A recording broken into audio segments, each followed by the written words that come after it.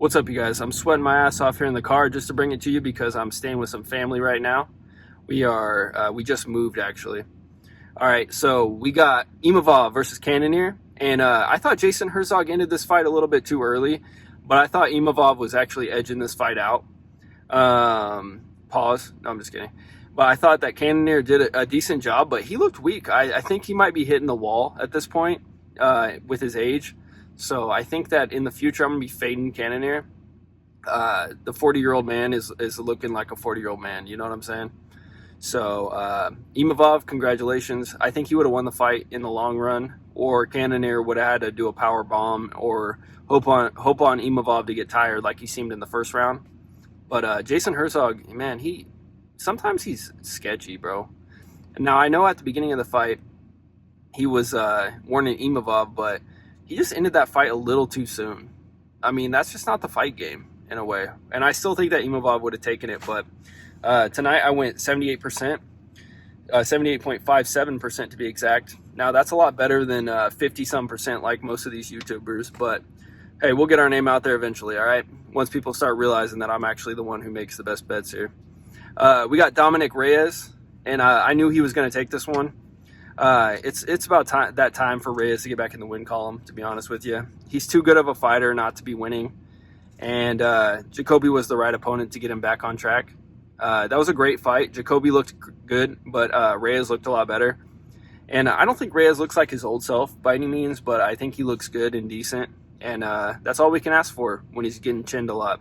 I saw a lot of people say he had no chin. I saw a lot of people say he was going to lose. I'm one of the only people that picked Reyes, to be honest with you. The next fight, we had Rosas Jr. versus Ricky Turcios. And to be honest, this whole fight card was actually pretty good. Honestly, this whole fight card was pretty good. I went 11-3 on this one. Rosas, he did good, man. He always relies on his grappling and his squeezing abilities. Turcios came out not wanting to shake hands or touch gloves, and he just wanted to like get this shit over with, blah blah blah. I thought he was going to be a bad sport at the end of it, but he ended up coming around.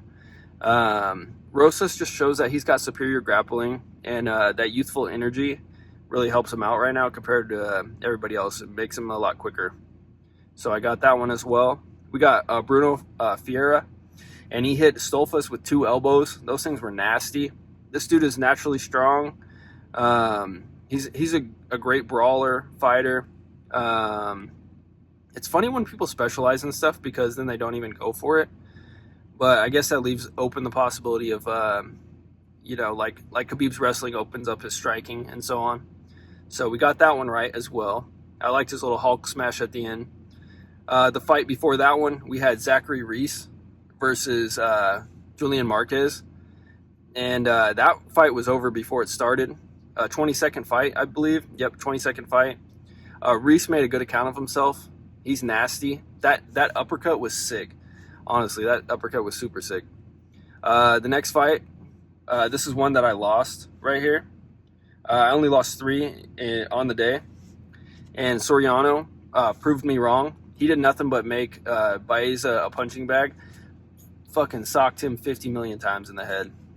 Baeza didn't have a chance. His bell was rung before the bell rung for the first round. So I got that one wrong. Ludwig Klein versus Thiago Moises went exactly how I thought it was going to go. I knew that Klein was going to be the more powerful, dynamic striker. And sure enough, Moises' craftiness didn't play a factor in this one.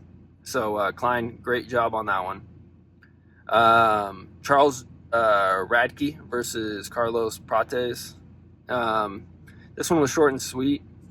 They're both looking to do different things, but one of the guys was a superior striker. Hit him with that liver shot. I think it was I can't remember if it was a knee or I think it was a knee, but it could have been a strike.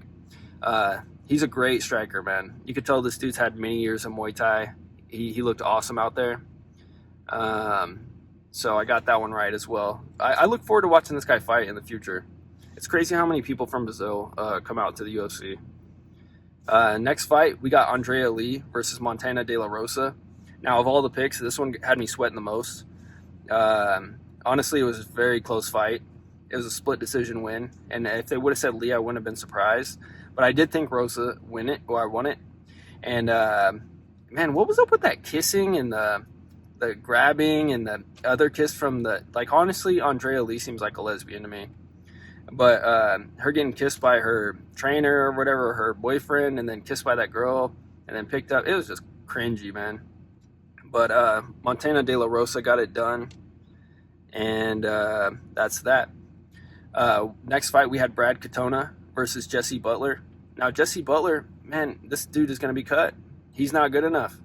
And Brad Katona used him as what he should have used him as a stepping stool. And Brad Katona looked pretty good, man. Honestly, I didn't think he had enough to... I picked him, but I didn't think he had enough to, like, really impress me.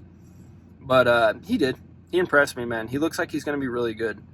And he seems like he's settled down a little bit, and he's kind of a real pro now. I called that one as well. John Castaneda versus Daniel Marcos. Castaneda's too small. His hits are not as effective as they should be. He's undersized in almost all the weight classes. Maybe he should fight at the lightest weight class he can, because he could probably cut more weight. This dude is too small. All of his hits are not effective at all. He hits like a gnat, like, honestly. Let me see if I have any more notes on this stuff.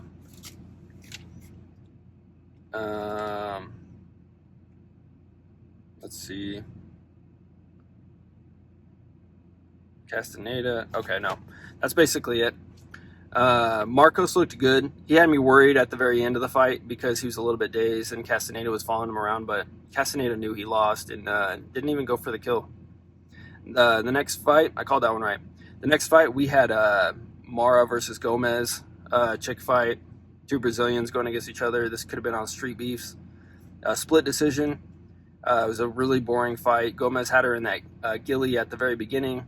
Honestly, when I saw her hit the ghillie that hard, I was like, I got this in the bag. But she ended up taking the split decision win, and that was one of my another fight that I lost. Good on Gomez, but that wasn't that great of a fight either, in my opinion. Next, the fight before that, we had Stamen versus Lapalus, if that's how you say it. This fight went exactly how I thought it was going to go. Lapalus is just better. Cody trying with his stupid wrestling, honestly.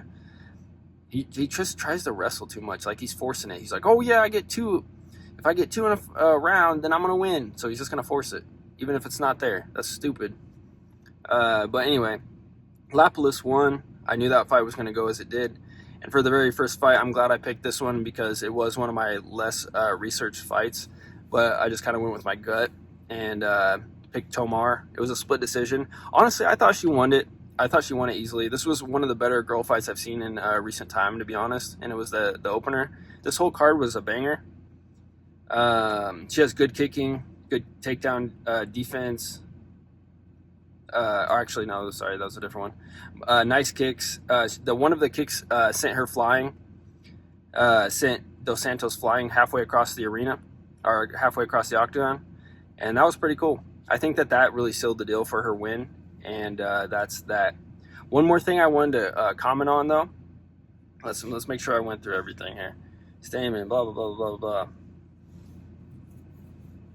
blah. Gomez did have one nice uppercut as well. And then that's about that.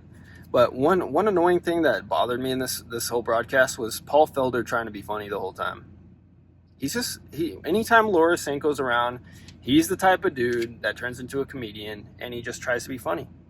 Even at one point, she literally goes, "Oh, it just took me a second to get it. Ha ha ha ha." Sympathy. Paul Felder's cringe, bro. I can't stand Paul Felder, to be honest with you.